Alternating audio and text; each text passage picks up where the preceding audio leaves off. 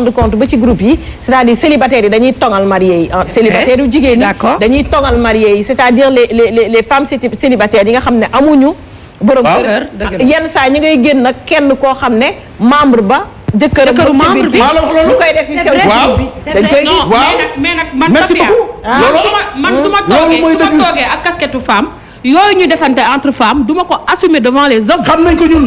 xam nañ ko ñàkk assumer boobu nag c'est un manque de courage. non ñàkk assumer boobu c'est un manque de courage. c'est de la lâcheté mais ñun xam nañ ko ñun xam nañ loolu xam nañ lu ngeen mën lax rek xam nañ ko. c'est de la lâcheté. waaw lu ngeen mën lax xam nañ ko ñun entre jigéen on se fait ça. yow loolu ça fait partie de mes préoccupations. ça fait partie de mes préoccupations.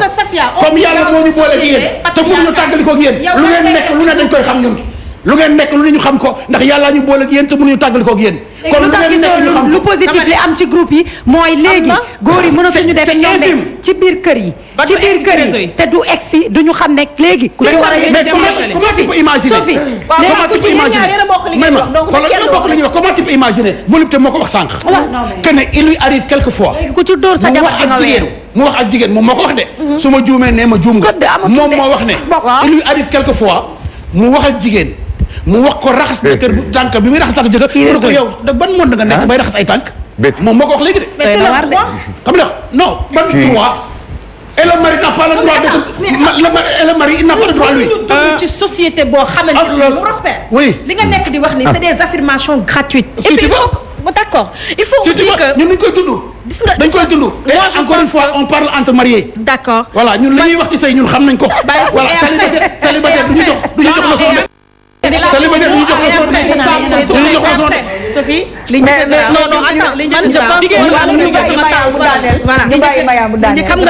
xam nga damay ñëw ci benn affaire gis nga tey on vit dans une société patriarcale nga sa discours bii ngay wax c'est un discours patriarcal un discours boo xamante si nii yàgg na fi je l'assume moi bien sûr mais moi je suis féodal en matière de waxee féministe war nañ nangu genre góor yu mel ni s'il vous plaît nañu bàyyi Maya ak Prospère ñu échange maa ngi dem tu sais Sénégal moo dem ba toll foo xam ne dañu xamatul nit ñi lu ñu bëgg mais yow yaa ngi sañse sa sañse bu rafet nga toog nga ne yow tu assumes ce que tu dis machallah et quand bah oui écoute tu sais c'est pas grave machallah voilà donc de toute façon ok comme tu veux suba yàlla na nga am lu ko dàq machallah et chapala donc moo tax ma ne de toute façon dafa am loo xam ne dafa am solo yow yaa ngi am sa droit nekk góor di wax li nga bëgg asalaamaaleykum la féministe également dafa am droit dafa am droit bon Alima Diop jëlal ko taxawal foofu ñu jël kii allo bii del serveur bi ça va na nga def sant yàlla bu baax a baax ñu ngi leen nuyu sëñ bi waaw maa ngi leen di bëggee bu wér a wér dégg ko bu baax de sa xalaat ci thème bi alors bu ñu ko mënee yokkal ñu ngi lay fay allo Prospère oui Prospère yàlla na la yàlla fay amiin waay asaq mi lancu gars yi nag li ngay wax nii dama cee xam lu bare ci affaire féministe yooyu noonu maanaam dinañ tàggale nit ak ku mu bëgg dinañ tàggale nit ak ci ku mu bëgg di sëy ak moom te ndeysaan moom day dem ak tëñax ci tête vide ñoom ñu dem sol la loo xamante ni après fa ngay jóge jaare sànku ñoom féministe yooyu ñoon di tuddee seen bopp ay féministe waaw léegi li ciy garaaw mooy parce que li may wax nii dama ko dund sa jabar nga doon sëyal bañ ak làmmiñ ñoo ànd des fois ñu laalee mais au lieu ñu wax exactement li war a am mais du ñu wax dëgg gi dañuy wax leneen loo xam ne bokkul ak dëgg gi bu ko defee nga dem ci seen kër ñuy jël la pompe la boole la ak ay féministe ñooñu tamit jël la dugal sa bopp jël sa bopp bi dugal ci lu ne ba nga xamante ni yow tamit après maanaam na ma yàlla baal te jégal ma mais di nga ci gis koo xamante ni sax day dem ba jabar ji sax da koy dem ba tëral ko ci kaso. lan moo tax ngay weer sa bopp.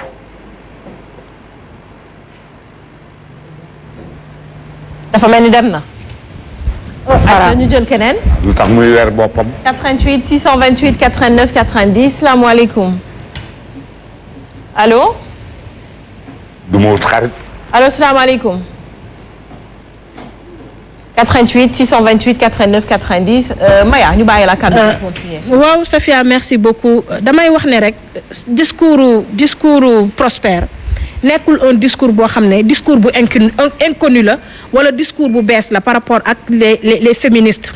te man je me bëgg juste ñu xam ne en fait yow lan mooy ci seen yoon le fait que les femmes c'est-à-dire que le fait que femmes yi am seen groupe bopp mais li nga wax nii c'est quelque chose de négatif Prospère mais il y a des choses positives. man de négatif laa ci gis. waaw mais bu la neexee. te yéen ngeen da ngeen ñu cité nommément. et puis seen yoon aussi c'est-à-dire que man je me dis que loolu c'est-à-dire que non attends xam nga nit ku nekk xam nga dama doon ñëw ci benn affaire c'est-à-dire que yéen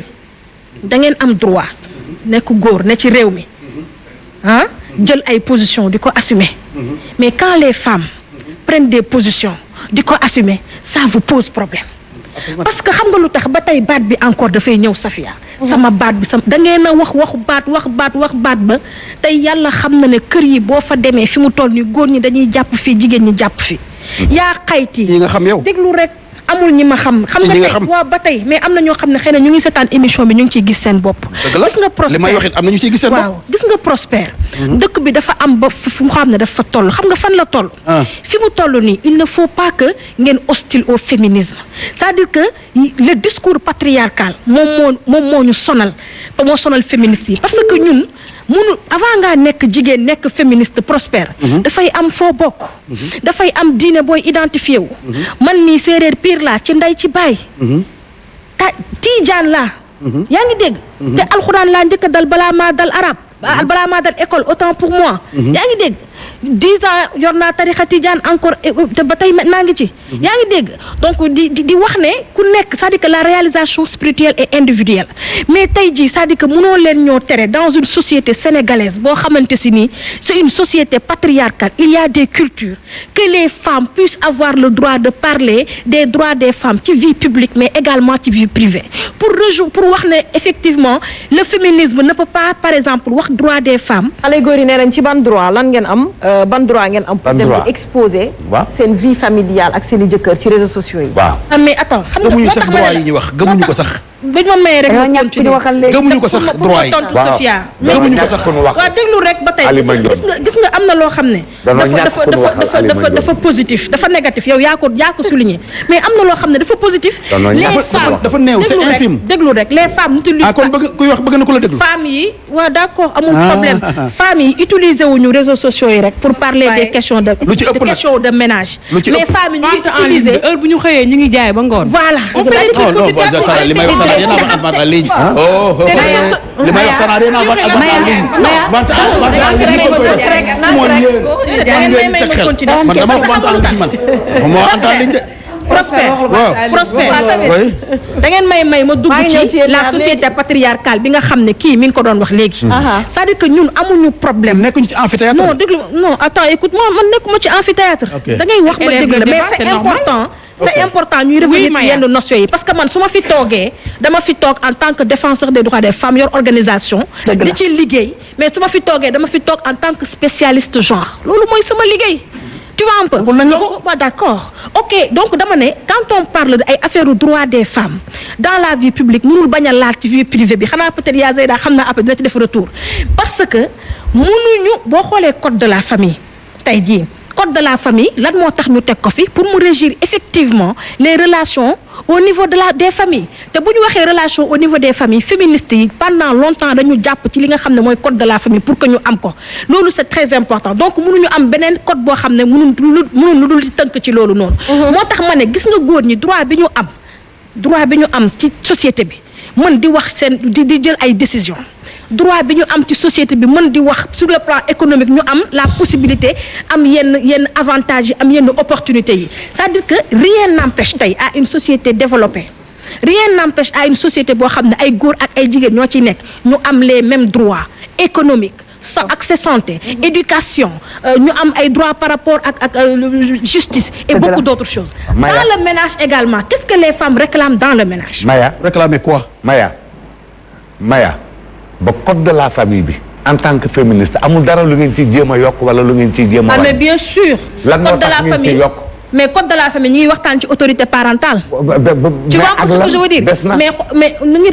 la ko autorité. pour tënk autorité parentale partagée bi muy wax mooy sunu premier point. mooy premier point bi jigéen ñi nekk di xeex ma jox la exemple rek père te loolu je pense que soxlawul sax yenn nga nekk góor wala nga nekk jigéen bon sens la da ngay nekk ci koñ nga nekk ak benn xale bu góor di léewtoo ak ngeen di génn xale ngeen di génn waaw ngeen di génn waaw yàlla dogal mu ëmbal la par exemple waaw ba mu la ëmbalee mu daw toutes ses responsabilités nangu la woddu nangu la muur nangu jëndal sa doom couche refusé ni moom moo jur doom yow nga xam ni yow jigéen nee nañ jigéen lu mu bëri ñu mu nekkal xam na ki ko ëmbal yow nga ku jigéen ki nga am sa doom di ci sonn yaay couche yaay solal yére yaay dundal yaay def lépp mais pour nga am benn këyit muy extrait de naissance wala benn këyit boo soxla ci sa doom effectivement il faut kooku noonu nga xam dawoon na ay responsabilité am joxe son aval voilà maanaam continuer xam nga loolu waxuma sax yow lu fekk nga nekk góor wala nga nekk jigéen mais est-ce que loolu xel nangu na ko. mais damay continuer rek pour wax ne par rapport ak li nga wax non damay continuer madame Bass pour rapport ak yow li nga wax père may ma tuuti rek nga baal ma par rapport ak yow li nga wax xam nga dafa am loo xam ne xam nga ñu nekk ci Sénégal bii ñu nekk nii ñu ne féministes yi duñ fi wax saaga nañ ma nag ba ma tooy ci réseaux sociaux yi féministes yi duñ fi wax loolu yàq sa salive la ndax féministes yi wax nañu ba am la loi sur les violences contre les violences basées sur le genre 99 féministes yi wax nañ ba am la loi sur la santé de la reproduction 2005 féministes yi wax nañ ba am une très grande loi boo xam ne victoire weesuwu ko muy la loi sur la parité. jàmbaar ngeen. féministes yi xeex nañ ba yàggul dara ñu am la loi sur la criminalisation am loi bu am solo la loi sur la nationalité dama ne góor da daan def fu mu dem ci àdduna góoru sénégalais bu amee doom. mën na ko jox nationalité am musuñ koo nangul jigéen ay jigéen na ko xeex ba loolu am dama bëgg ñuy indiwaat xel yi gis nga jigéen ñi li ñuy xeex moo ko bañaloon jigéen mais c'est une société patriarcale moo ko bañaloon jigéen fii Sénégal te pourtant jigéen ñi ñu ngi continuer te ñun bu ñuy xeex en fait pour les droits des femmes defuñu ko pour ñun suñu jëmm bi c'est-à-dire que ñun dàq nañ ko parce que loolu amul parce que li ñuy def parce que yonent bi da doon wax ne iraada mooy sang jikko yi maanaam volonté te volonté boobu noonu ci la ñu tënku volonté boobu noonu moo tax tey kii di créer Iron Ladies nekk ci di dimbale ay femmes. loolu moo tax également nit Sophie mën a taxaw ne moom dañ naan ñiy créer groupe bi dañuy tasloo femmes yi sëyloo ñu leen. waaw Sophie dama bëgg a yeggale rek dama bëgg a yeggale dañu leen di sëyloo. bien sûr Sophia ci la bokk dama bëgg a yeggale rek ci biir Sophia ci groupe bi la bokk mais du ñëpp ñoom ñooy tasloo nit ñi seen sëy dama ne du ñëpp ñooy tasloo nit ñi seen sëy yow moom ku la déglu dina sëy wow yow moom wax dëgg yàlla ku la déglu dina sëy parce que voilà waaw mais da ngay nangu daaneel tamit parce que j'ai attendu longtemps parce que il faut aussi ñu am loo xam ne parce que man aussi su ma ñëwee ci plateau bi il faut que ma am yoo xam ne dama koy leeral tamit moo xam ne c'est combat féministe toll na foofu c'est très important gis nga tey li ñuy wax par exemple comme les féministes góor ñi ñoom rek ñoom ñooy nekk société patriarcale boo xam ne ñoom ñooy nekk obstacle ci ñu Maya est-ce que c'est pas le patriarcat qui dérange les féministes non pas du tout en fait parce que c'est ce que le patriarcat produit en termes de conséquences nga xam ne dafay bloquer les droits des femmes loolu moom mooy déranger féministe te naa la xamal benn affaire pour prospère am na ay góor yoo xam ne Sénégal lañ ne te des féministes man ñi ma saaga ci Facebook bi 90% ay jigéen lañ mais loolu garaawul parce que les femmes ont toujours été en face des autres femmes pourquoi parce que dañu mës a jàpp ne occidental la dama bëgg ñu leeral pour rek répondre que bi nga njëkkee jël parole dafa am ci loo ñëw nga ne féminisme bi dafa war a daaneel comme ça d'accord ma daaneel foofu peut-être damay daaneel foofu pour pare pour wax rek juste que ne féminisme ñëwul pour xeex diine ñëwul pour xeex culture dañoo ñëw ngir bëgg avec les hommes et les femmes ñu àndandoo créer une société égalitaire boo xam ne bu équilibré voilà loolu moo tax africaine yi dañoo bëgg africaine yi xanaa xamoo ne dañoo liggéey lu bëri ci équité de genre donc mënuñu ko fi tënk lépp mais damay wax rek que ne nañu bàyyi di génnee sensationnel bi parce que loolu c'est important ci discours yi aussi parce que nit ku nekk am nga foo bokk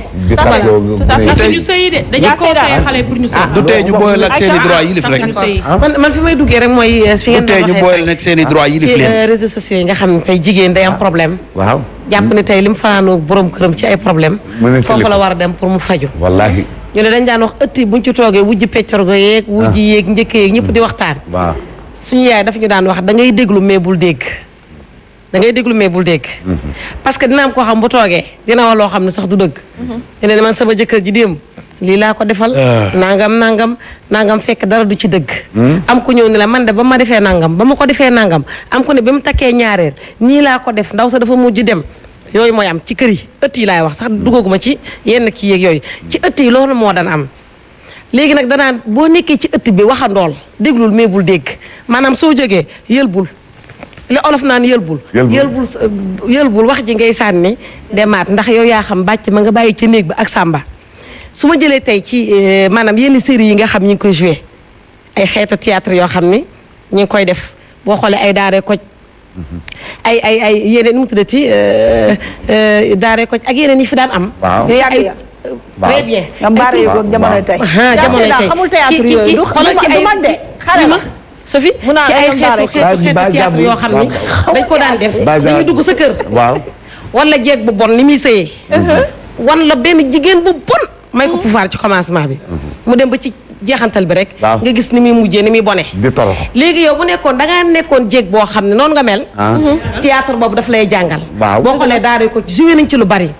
jamonoy tey joué nañ ci lu bari nga xam ne sa kër man da nga naan gis ay wujju yoo xam ne dañuy joué benn théâtre boo xam ne ay wujju la ñu ne par exemple jëla ko mel ni Marie Madeleine ak Mame Seye c'est vrai xoolal Mame Seye ni mu meloon mais kooku jàmbaar la